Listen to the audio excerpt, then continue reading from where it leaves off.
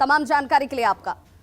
केंद्र सरकार की अग्निपथ योजना के खिलाफ 10 दिन पहले जिस तरह से बिहार भर में बवाल मचाया गया, ट्रेनों को आग के हवाले कर दिया गया, सरकारी और निजी संपत्ति को बर्बाद कर दिया गया, उसके बाद से पुलिस अलर्ट हो गई। लेकिन पुलिस को ताजा आईबी अलर्ट मिलता है, जिसके बाद असामाजिक तत्व एक बार फिर से उपद्रव कर सकते हैं। इस जानकारी के बाद पटना पुलिस तमाम हॉस्टल्स और लॉज में छापेमारी करने के लिए पहुंच जाती है। इस कड़ी में पटेल हॉस्टल से उपद्रव के सामान बरामद किए गए हैं।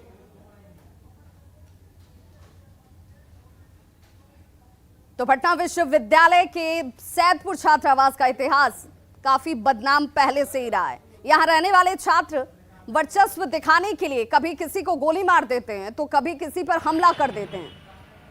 पिछले दिनों लस्सी के 10 रुपए के लिए गरीब दुकानदार पर यहां रहने वाले छात्र नहीं गुंडे बमबारी कर देते हैं।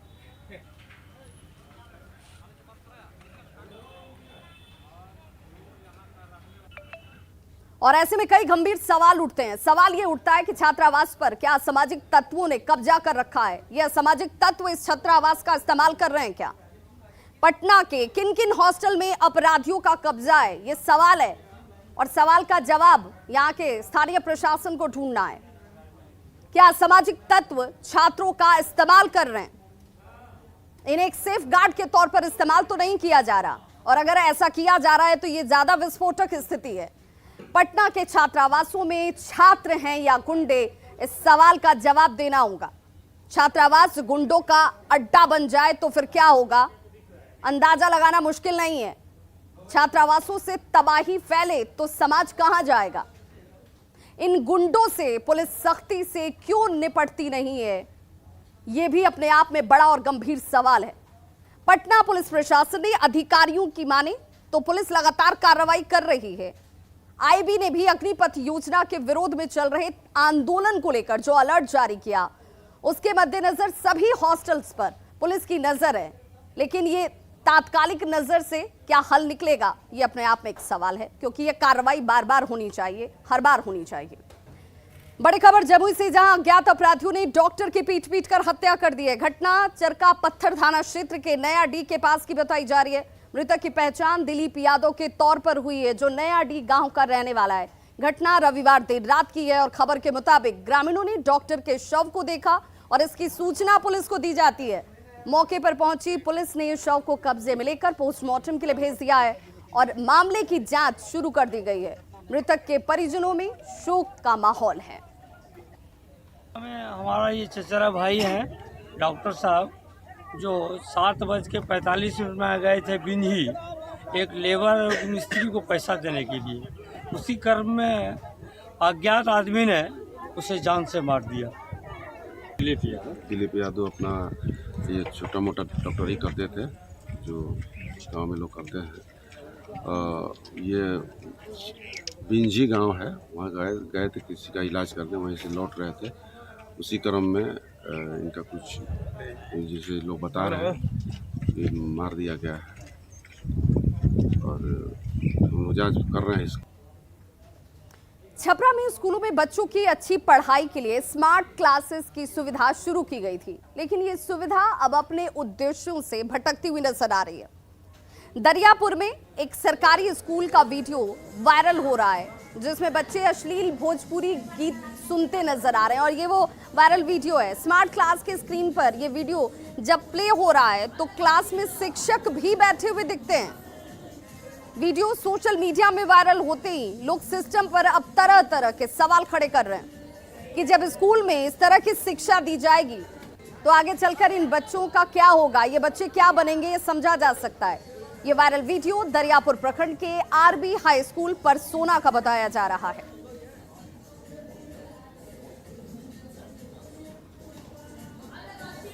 तो देखिए, छपरा से जिस तस्वीर को हम आपको दिखा रहे हैं, स्मार्ट क्लासेस में इस तरह की वीडियो दिखाई जाती हैं। बच्चों को स्मार्ट बनाने का ये तरीका भी अनोखा है। बच्चे क्या बनेंगे और क्या सीखेंगे, इसका जवाब देना चाहिए। और इस मामले में देखिए, स्मार्ट क्लास का वीडियो जैसे ही वायरल हुआ है, डीएम ने जांच के आदेश दे दिए हैं। खबर का असर भी, डीएम ने अब इस वीडियो के सामने आने के साथ जांच के आदेश दे दिए हैं। न्यूज़ 18 की खबर का ये बड़ा असर, जिसमें स्मार्ट क्लासेस में बच्चों को अश्लील भोजपुरी गाने दिखाए जाने वीडियो के तौर पर, और इन वीडियोस को देखकर बच्चे क्या सीखेंगे, क्या समझेंगे और क्या बनेंगे, अब ये परिजनों की भी चिंता है।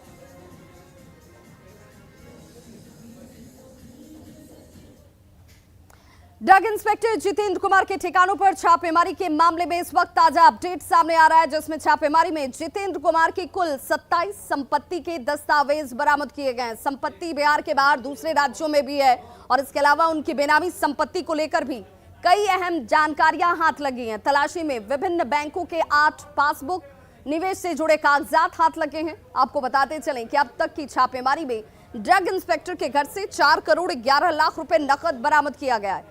38,27,000 के जेवर बरामद किए गए। इतना ही नहीं, यहीं पर यह खत्म नहीं होता है, करीब 30 लाख रुपए के बैंक बैलेंस का भी पता चला है और 27 जमीन के कागजात भी।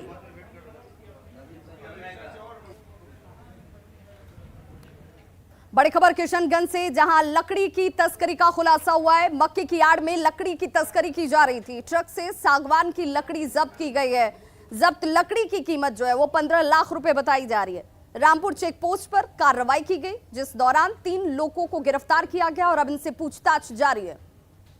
और ये एक्सक्लूसिव तस्वीरें आप देख रहे हैं, जहां पर किशनगंज में ये बड़ी कामयाबी हाथ लगी है। लकड़ी की तस्करी की जा रही थी। मक्के की आड़ में सागवान की लकड़ी की तस्करी की जा रही थी, जिसकी कीमत तकरीबन 15 लाख रुपए बताई जा रही है। चेक पोस्ट पे एक लकड़ी लदे ट्रक को पकड़ा गया और उसी क्रम में मैं भी वहां पहुंचा। जब कागज़ की जांच पड़ताल की गई तो कागज़ केवल मक्के का लोडिंग का था, 30 MT का, जबकि जांच के क्रम में ये पाया गया कि ऊपर से मक्के का कुछ बोरा रखा हुआ, 15-20 बोरा, और नीचे जो है कंप्लीट लकड़ी है।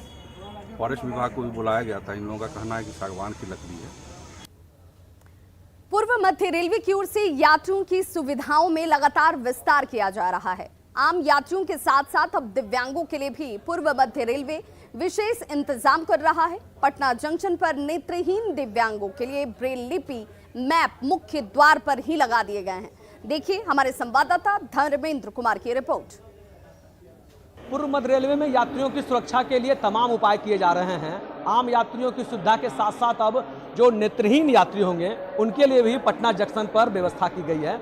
आप देख सकते हैं Braille map Patna railway station पर लगाया गया है और ये जो डिस्प्ले बोर्ड लगाया गया है इसमें वो तमाम जानकारियां दी गई हैं और जिसको कि जो नेत्रहीन लोग होंगे, नेत्रहीन यात्री होंगे, वो छूकर इसे जानकारी ले सकते हैं। इसमें प्लेटफॉर्म नंबर कहाँ पर कितने नंबर प्लेटफॉर्म पे उनको जाना है, कहाँ पर दुकान है, कहाँ पे पूछताछ काउंटर है और कहाँ पे टॉयलेट है या और कहाँ पे बुक स्टॉल है, ये तमाम जानकारियाँ डिस्प्ले के माध्यम से दी गई है। और नेत्रहीन लोगों को किसी भी तरह की कोई परेशानी ना हो, ये खास ख्याल रखा गया है पूर्व मध्य रेलवे के द्वारा। और तमाम स्टेशनों के प्लेटफॉर्म पे, सीढ़ियों पे, टॉयलेट के पास में, पूछताछ काउंटर पे इस तरह के बारकोड लगाए गए हैं जिसको कि नेत्रहीन लोग छूकर पहचान सकते हैं और अपनी यात्रा को सफल पूर्वक बना सकते हैं। न्यूज़ 18 के लिए पटना से धर्मेंद्र कुमार।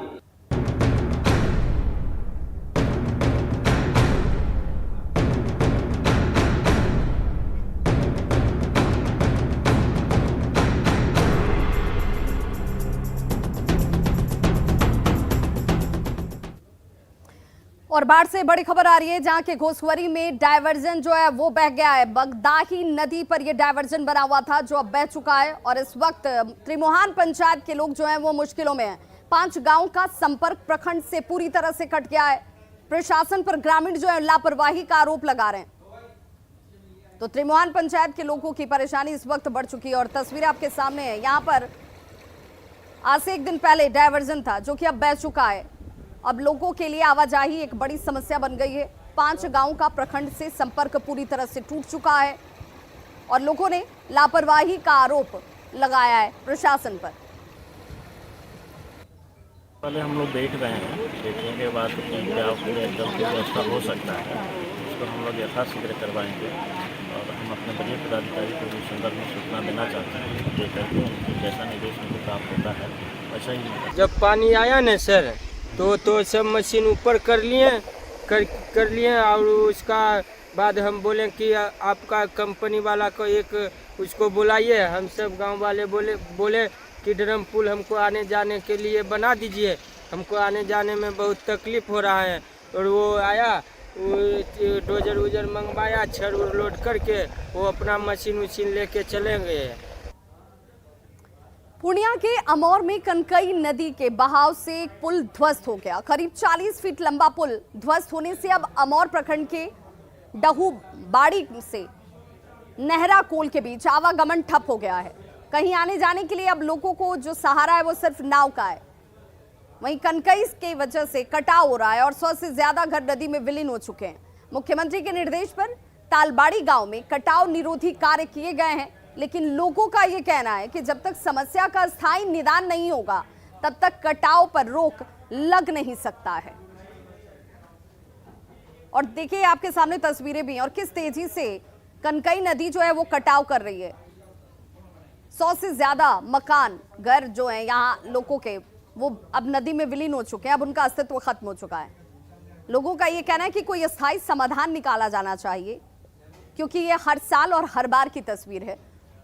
लोगों के सामने मजबूरी ये है कि उनकी आंखों के सामने उनका घर सब कुछ इसमें विलीन होता जा रहा है, लेकिन वो कुछ नहीं कर सकते